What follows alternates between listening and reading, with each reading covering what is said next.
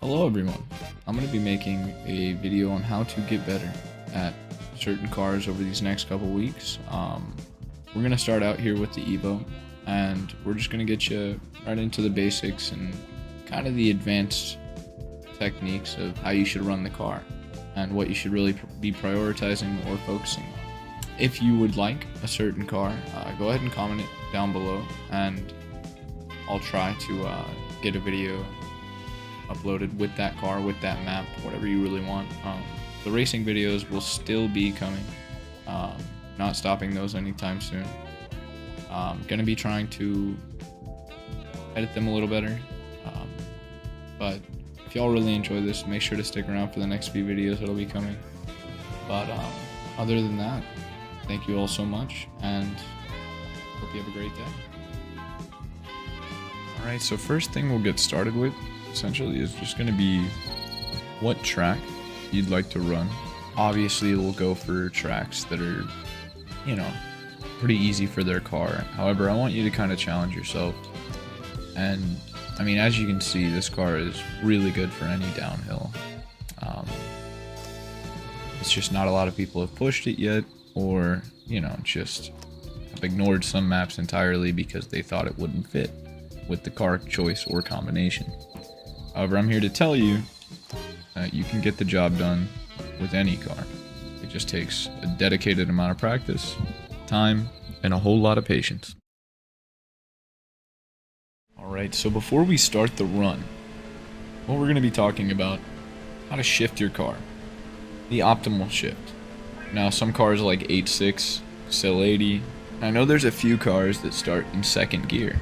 However, this is going to be a car that'll start in first. And the most important job is to learn, configure exactly what point you should shift up. Now, a lot of people have trouble with this. I had trouble with it. I didn't really know how to drive a manual before Assetto Corsa, so it's definitely a learning experience. You're mainly going to want to learn the optimal point of shifting. Now, it will be at that red line.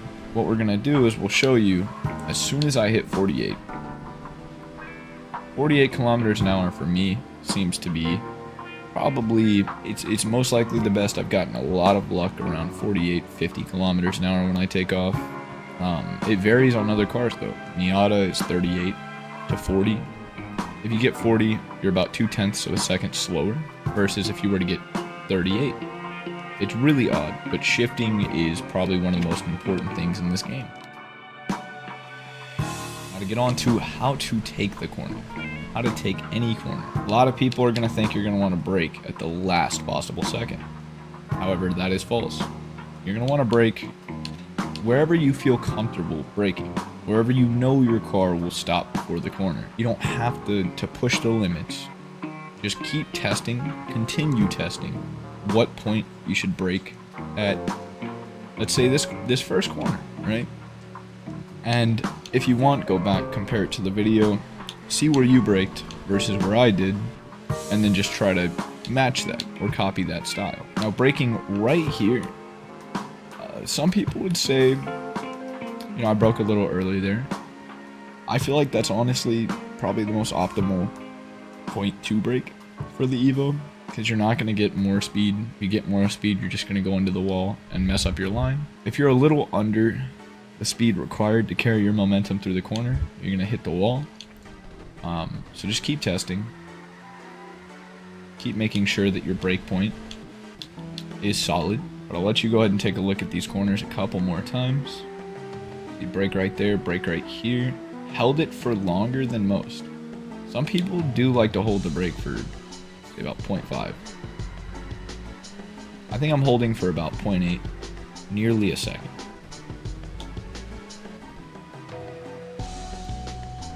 Now, the slower you are, the faster you'll be. I know that's not what a lot of people want to hear, but it's definitely the case. What I've figured out, what I've learned, a lot of the cars that I drive, people say it looks slow in the replay, but the time is obviously really quick. So how could that be? Well, it's mainly your momentum. And you always really want to keep track of your kilometers an hour through certain corners. This one, I've noticed it's pretty okay to be anywhere from 65 to 67. Here, 60 on the dot for entrance, and about 80 for the exit. But right here, 68, 67, and it varies for other cars. You want to make sure that you're outside, you're going outside and then back in. So we'll replay it out, then we're going to go in. Getting this close to these guardrails, you want to be very careful, because one little tap and game's a little bit wonky. It might throw you to the fucking moon. Who knows? But always make sure that you're following that line of out, in, and then out, in. Now I know I wasn't as far on the outside as I possibly could be. However, that's the line that I've kind of figured out works, because you're on the edge of that gutter, and then your exit, obviously you're on the edge of what seems to be possible. Alright, so here we're gonna turn in. Now I know a lot of people might be wondering, why am I turning in that early? Well, just for the simple reason that I know that this is the most optimal line that I could possibly have in this car. Getting a couple inches away from that guardrail, and then weight transferring into this corner. Once you weight transfer into this corner, that slight angle, you have all four wheels working to keep your car on that road.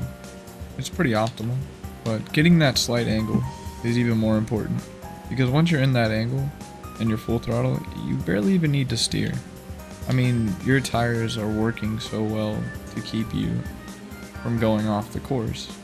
Now, when I weight transfer into this corner, I let off of the accelerator, drops the turbo just a little bit, makes my car a bit stiffer on the exit. You just have to kind of feel it, whether your car is going to grip or not, and that comes with time and practice. But you see, as soon as I get on my brakes, my car just perfectly gets that slight bit of angle, and then I just get on that throttle, and I've noticed it works for quite a lot of other cars. Alright, now we're on to hairpins and drifting. So coming up to this hairpin, I broke pretty early, because I've noticed if you get down to about 50 kilometers an hour in most cars, and then full throttle, the slower you are, it actually makes you quite a lot quicker. Even with arcade physics, you kind of have to be cautious. Let's take a look at that one more time. Brake right here. Now notice I'm going all the way to the outside. Starting to turn in, second gear, clutch kick. But as you can see, you just kind of go with the flow of the corner. So turn a little bit more right. Notice on this hairpin I steer a lot more because of what I told you guys. Evo slips out sometimes and you just gotta get it right back into control. I'm barely moving that wheel, so it's just something over time you'll learn with Evo, that it's a very smooth car.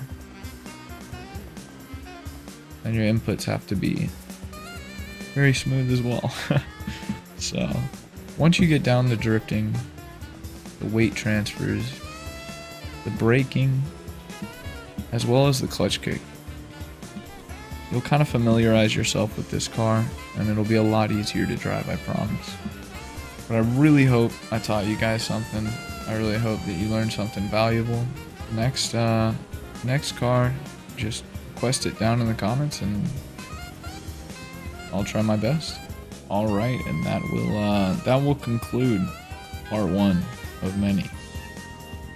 Gonna be doing whichever car you guys want to request. I mean, whichever one I see the most in the comments, I'll do. But I really hope I taught y'all something. Hope it was educational. First time doing one of these type of videos, so any feedback you guys have for me, I would gladly appreciate it. If you enjoyed the video, stick around for the next